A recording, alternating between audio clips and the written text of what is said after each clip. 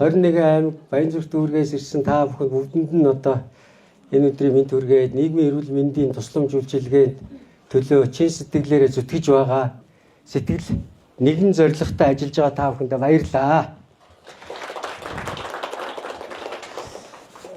Ерөн бол засгийн газрын бодлого за өнгөрсөн хугацаанд бас нийгмийн эрүүл мэндийн тусламжийн тухай хууль батлагдсантай холбоотой бид ерөн энэ нийгмийг хамарсан асуудлыг нийгмийг хамарсан өвчлөл дээрэс нь нийгмийн эрүүл мэндийг дэмжих бодлого өөрөө асар их одоо хэмнэлтийг эрүүл мэндийн салбарт авчирдгийг бид бүгдээрээ мэднэ тийм ээ. Тэгэхээр бид бас энэ Улаанбуурхны вакцинжуулалтад хамгийн идэвхтэй сайн ажилласан аймаг дүүргүүдийг бас одоо урамшуулнаа. Зүгээр одоо ингээд сайн байна гэж яриад байдгүй бас бодиттой бас нэг гарн дээр нь мэдрэгдэг болгомоор байна шүү дээ. Ажлын тэр ачаалтаа ажиллаж чадсан байгууллагуудад бас урам өгмөр байна шүү дээ.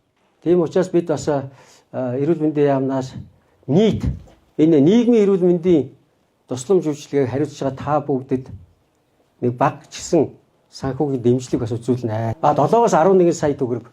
Бүх аймагуудад 7-оос 11 сая төгрөг өгнө. Тийм ээ.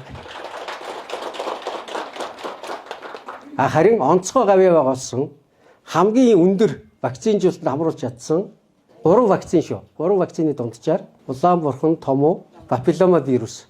За энэ хамгийн сайн хийсэн Баян онгорын нийгмийн эрүүл мэндийн тусламжтанд зориулаад Пропокс бэлгэлж байгаа шүү.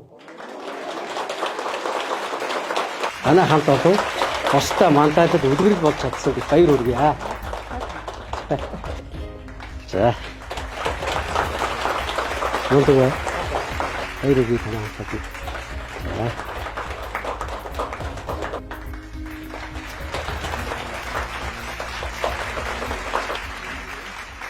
За ингээд хэдүүлээ ерөн жил болгоо ийм байна. Жил болгоо нийгмийн эрүүл мэндийн тусламжийн үр дүн олон жилийн дараа гардаг. Шууд маргааш нь илэрчдэг. Заримдаа улс төрчид шууд илэрдэг имийг нөгөө сонгуулийн хугацаанд тааруулж хийх гэдэг нь шүү дээ. Тэгээ энийг чи одоо сайжруулахын тулд бид төрөөс нийгмийн эрүүл мэндийн тусламжид зарцуулах мөнгөө нэмэх ёстой.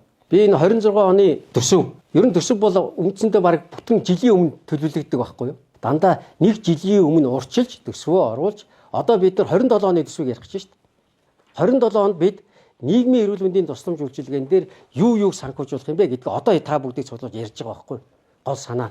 Тэгэл 3 сараас эхлээд яг одоо аймаг бүр дээр ямар төсвүүд нийгмийн эрүүл мэндийн тусламж дээр орох юм бэ? За тэрий чин 4 сард эрүүл мэндийн яам дээр зангидаад тэгээд 5 сард сангийн яамд өгнө шүү дээ. Ингэж дараа жилийн төсөв урддаг. Тэрэндээ оруулдаг. 3 сард их хурал дээр заавал шийдвэрлэх ёстой асуудлууд гэдэг хилцүүлэг шийдвэр чуулганаар орно. Ямар тусламж үйлчилгээг бид санхүүжүүлэх ёстой юм бэ гэдэг асуудал орно шүү дээ. Тэгэхэд бид бичиг цаастаа байж ёстой. Тэрний зорилгоор та бүхэндээ бүгдээр өнөөдөр уулзж байна гэж ойлгоорой. Өөрсдийнхөө одоо нутаг, орон нутагт иргэдэд тулгамж байгаа нийгмийн эрүүл мэндийн тусламж үйлчилгээг сайжруулах чиглэлд бид юу хийж чадах вэ? Хийж байгаа сайн дуршлагуудаа түүнийг санхүүжүүлэх асуудлуудаа ярих шүү дээ. Дараагийн нэг асуудал бол бид бас аль болохоор одоо энэ нийгмийн эрүүл мэндийн тусламжийн чиглэлээр ажиллаж байгаа улсуудын цалин пүнлэг нөгөө салбарын санхүүжилтийн тогтолцоогоор төсөвлөө оруулах энэ айжим шилжилт рүү орохоор зорж байгаа.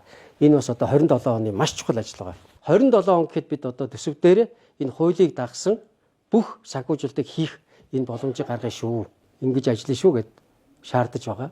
Та бүхэн бас одоо энэ дээр санаа оноонууд бас давхар оруулж өгөөрэй. Энэ чинь нэг хүний шийддэг ажил биш. Нийтээрээ зөв бодлого гаргах хэрэгтэй байхгүй юу? Олуула бодох нь өөрөө их чухал. Өөрийнхөө хийж байгаа ажил нь ямар олон хүмүүсийн ирээдүйд амь насыг аварч зөв амьдрах бодлогыг хэрэгжүүлдэг юм бэ гэдгийг та бүхэн бодоорой. Та бүгдээс одоо бид нэгтгэх индикаторууд тавина. Засгийн газрын 5 жилийн хөтөлбөр одоо эх 7 хоног чуулганаар орно. Энэнд одоо эрүүл мэндийн салбарынд бид бас чухал индикаторууд орсон байгаа. Арх тамхиталтаа бид ямар тэмцэж үр дүнгийн яаж тооцох юм. За дээрэс нь биеийн жингийн илүүдэл тэрийг буулгах том зорилт тавьж штэ. Одоо бүр тоогоор илэрхийлнэ штэ.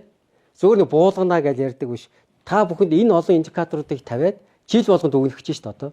Ажлын үр дүнгээр чинь. Харин бодиттой урамшуулал өгнө, шагнал өгнө. Тийм учраас хэдүүлээ бас хэмжүүртэй байна. Нийгмийн эрүүл мэндийн тусламж үзүүлдэг ажилчдын тоогоо нэмэх, тэдгээрээ сургалтанд хамруулах, зөв зохион байгуулалттай тэгээ бие биенээсээ сайн туршлагуудаа солилцдог бай. Гэх мэтлэнгээр бид одоо энэ нийгмийн эрүүл мэндийн тусламж дээр бодиттой хөрөнгө оруулалтыг 27 онд хийнэ гэж харж байгаа. 27 онд эрүүл мэндийг дэмжих жил гэдэг маань нийгмийн эрүүл мэндийн боловсрол энэ чиглэл рүү бид илүү их анхаарнаа. За тэгээ бүгд амжилтсая. За